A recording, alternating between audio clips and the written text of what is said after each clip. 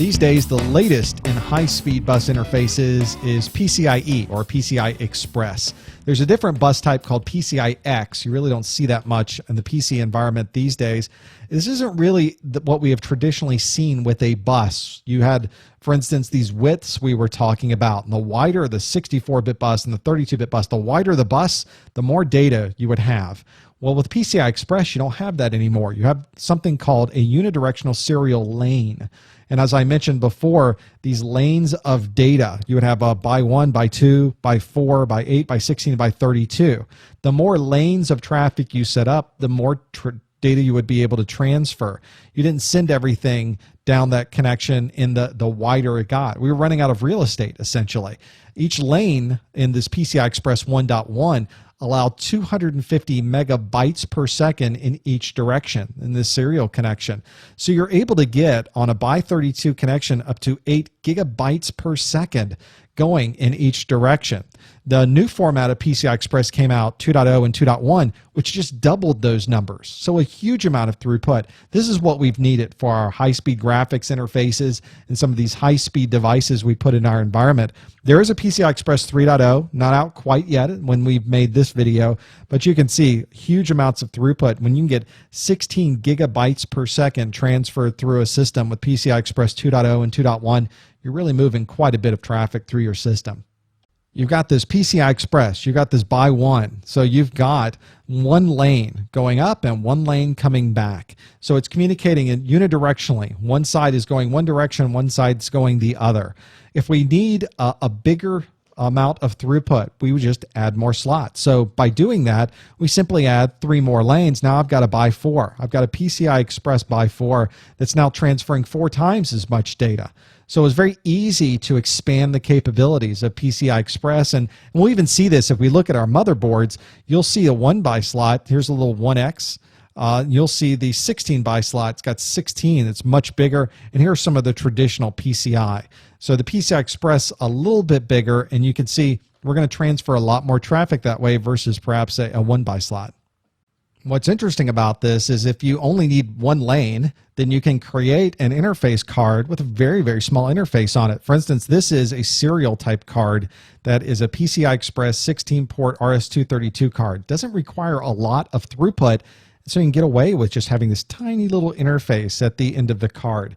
Video cards that need more throughput would have a larger number of interfaces at the bottom. It's a wider set of interfaces that plug into, for instance, the 16-lane slot, for instance. So you'll run into that quite a bit whenever you're looking at PCI Express. It'll have different sizes, and that's why. There's a couple of other slots that are important to keep in mind for the A+ exam. You don't really see these much on traditional motherboards these days, on the most modern motherboards, but you see it on some of the older legacy systems. At one time, we didn't have an interface on our motherboard for the network. We didn't have interfaces on our motherboard for a modem. And to be able to get around and standardize on interfaces directly on the motherboard, we created something like this called an AMR bus. This is an audio modem riser, and this is a picture of what an AMR might look like. It was a very specialized expansion slot, and it was really designed to plug in an audio or a modem type hardware into a very standardized format. So we didn't have to have something that was taking up a full slot that we could have used for something else in our motherboard. Another type of riser that came right after that is called a CNR, or Communications and Networking Riser. We realized we needed something that supported more than just audio and modems. We needed network connectivity as well. And so we were able to support that in this, again, a tiny little slot here for the CNR, but it still provided us with a lot of flexibility, a lot of standardization to be able to plug into and be able to just immediately stick a network connection right into a device.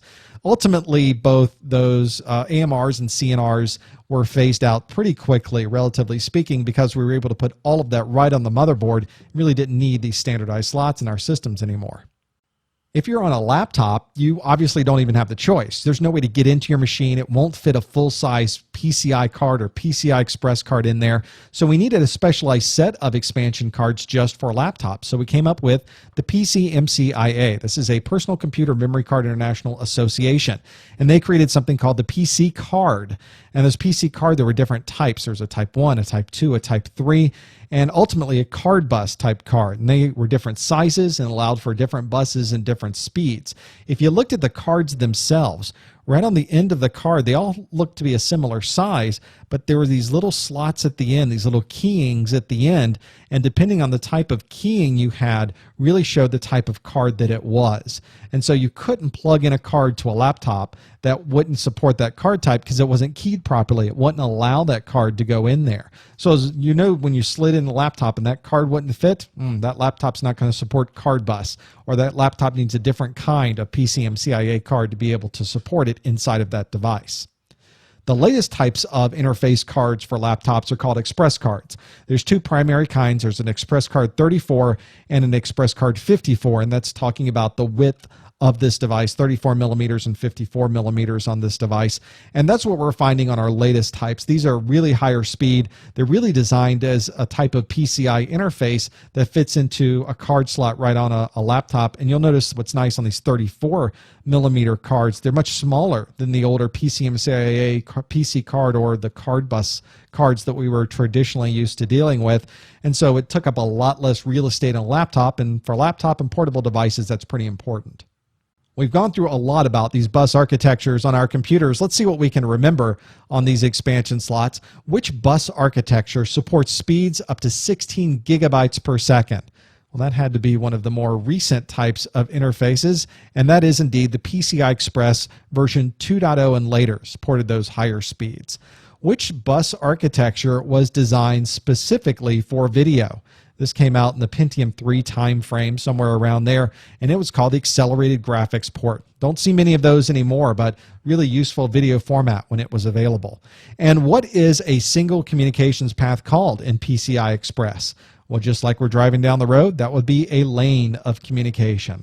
Well, that covers what we needed to know with bus architectures and expansion slots. We've gone through the PCI, the AGP, the PCI Express, our AMR CNR, and finally for laptops and portable devices, what we would think about with PCMCIA. If you'd like to watch any of our A+ videos, it's absolutely free. Come to our website, participate in our message boards, much more. We got a lot there. You can find it all at freeaplus.com.